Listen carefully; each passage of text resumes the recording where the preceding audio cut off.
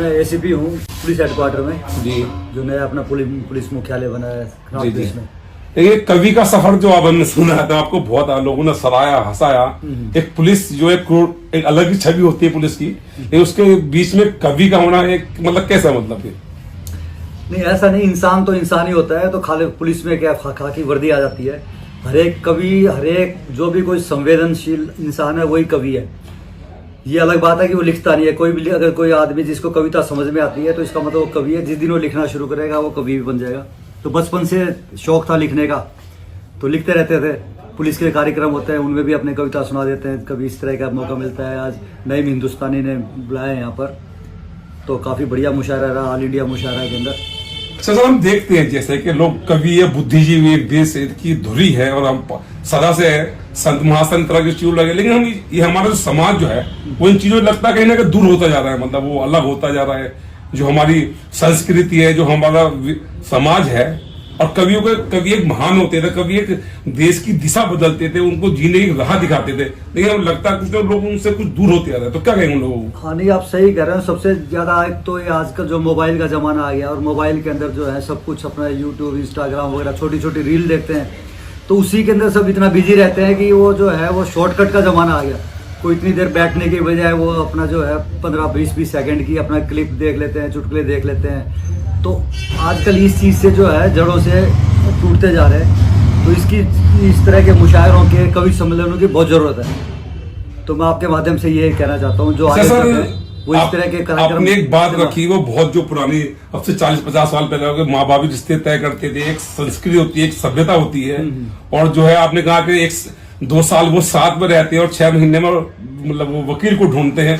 ये चीजें हो रही है, मतलब आदमी ये पहले रिलेशनशिप में होता है उसको लगता है, लेकिन छोटी छोटी बातों को हम अक्सर देखते हैं कि वाइफ भी जॉब करती है, बीवी और हस्बैंड भी जॉब करते हैं, और जब दोनों काम पे से आएंगे तो मतलब उसका मेन डिसीजन रहता है, और फिर छोटी बात पर लड़ते हैं। तो क्या कहेंगे उन लोगों को, क्या करना चाहिए? ये कहना चाहेंगे जैसे मैंने बताया कि संस्कार खत्म होते जा रहे हैं। क्यों? पहले सब एक साथ बैठ के खाना खाते थे, एक टेबल पे खाना खाते थे, या नीचे बैठ के इकट्ठे खाना खाते थे।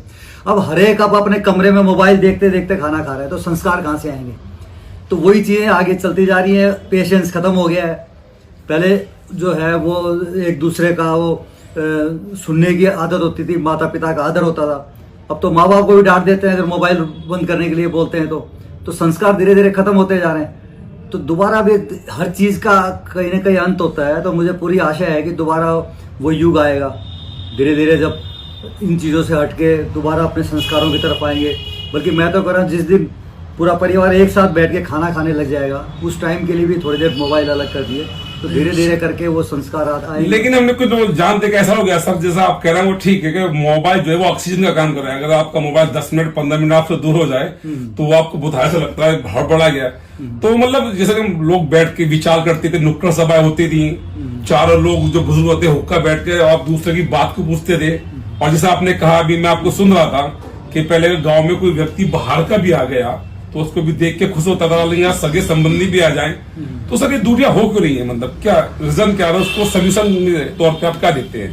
तो हर चीज के हिसाब से टाइम बदलता रहता है। जैसे जैसे टाइम बदल रहा है तो उसके हिसाब से वही सब अब तो जो सब आ गया, जो रिश्ते हो गए, जैसे आपने बात की उसी हिसाब की अब आ गया। अभी जो खर्चा हो रहा है शादियों में, अब धीरे धीरे जरूर ये चीज थोड़े दिनों में होने लग जाएंगे कि शादी में दोनों तरफ से 5-5 आदमी आके शादी कर लो, खर्चा करने की जरूरत नहीं है। 1 साल बाद उन बच्चों से पूछ लो कि भाई आगे चलाओगे या खत्म करना है।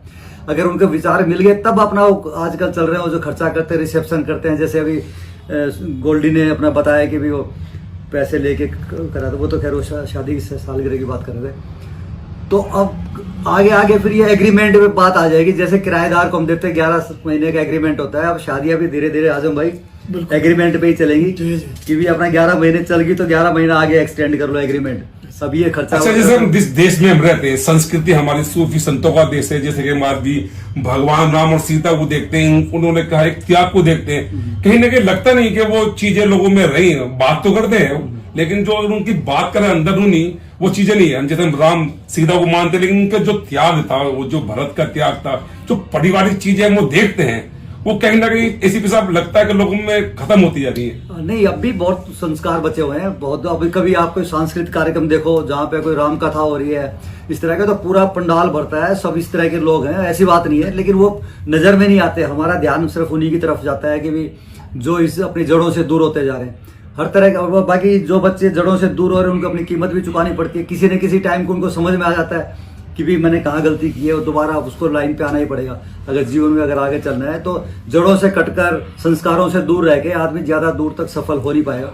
चल बाद में क्या हम दे कवि के एसीपी छोड़ी साहब, कवि के रूप में कि लोगों को मतलब कैसे रहना चाहिए और कैसे हमारा देश समृद्ध बन सकता है, और जो विश्व गुरु कभी था अब हम चाहेंगे वापस से हमारा देश विश्व गुरु बने, तो क्या मतलब लोगों को रिश्तों मेरा तो यही है कि आजकल मैं मोटिवेशनल क्लासेस भी लेता हूँ, हर जगह एक ही चीज कहता हूँ, ज्यादा टेंशन करने की जरूरत नहीं है, खुद को ठीक कर लो, किसी को सुधारने की कोशिश मत करो। अगर किसी को सुधारने की कोशिश करेगी तो खुद के टीबी शुगर हो जाएगा, अगला नहीं समझेगा, क्योंकि सबका दिमाग ईश्वर ने अल्लाह ने एक जैसा अलग अलग बना दिया, वो सुधर नहीं सकता।